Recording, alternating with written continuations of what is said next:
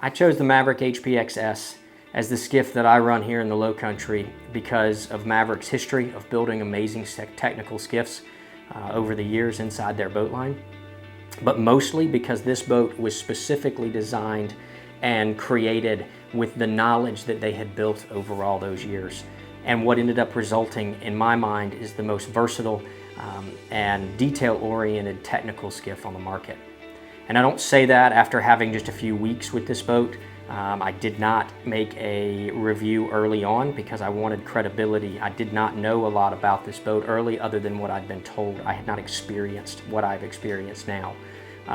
The things that stood out then that make it so clear of being such an amazing technical skiff have been consistent, and how the boat has performed has been consistent since day one. I now have over 175 trips in this skiff over the last year, and the wear and tear on this boat is pretty much non-existent. The color of the boat has not faded at all. There are no gel coat fractures, there are no errors in build, there are no loose anything.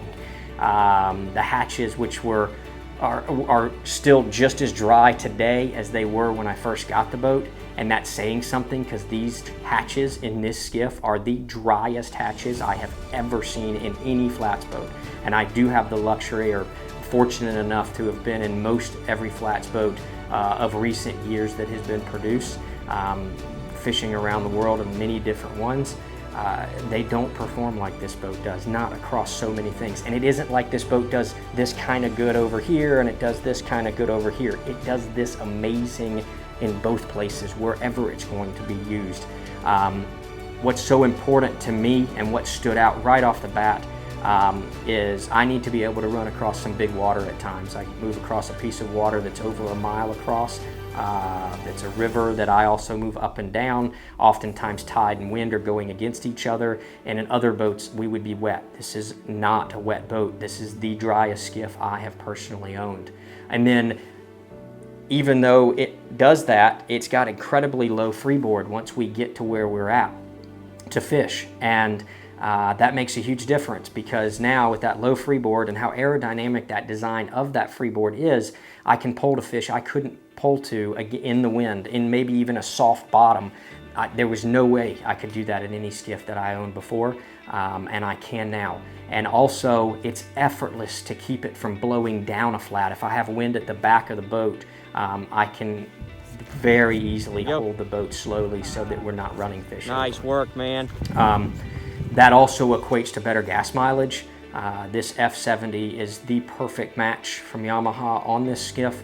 The lightness of the skiff when using power pole, I never really see that power pole flex hardly. The boat just stops and it's easy and quiet. The ability to get that good a gas mileage from the Yamaha at speeds as much as 40 miles an hour in this boat are kind of mind-blowing how little gas I actually burn. And lastly, one of the other things that I have to point out in terms of how great a fishing boat it is, on the pole, it is the fastest thing I've ever pulled. And it's a 17'8" boat, but it is so much faster and easier to pull. To be able to run down fish that I couldn't run down before, to be able to turn on a dime. I can flip it 180 degrees like with almost no movement at all, and the boat does not list a bunch, making the angler unstable. So I don't plan to go anywhere else. This boat is everything I need it to be and makes my life as a guide here in the Low Country so much better to be able to fish from this skiff.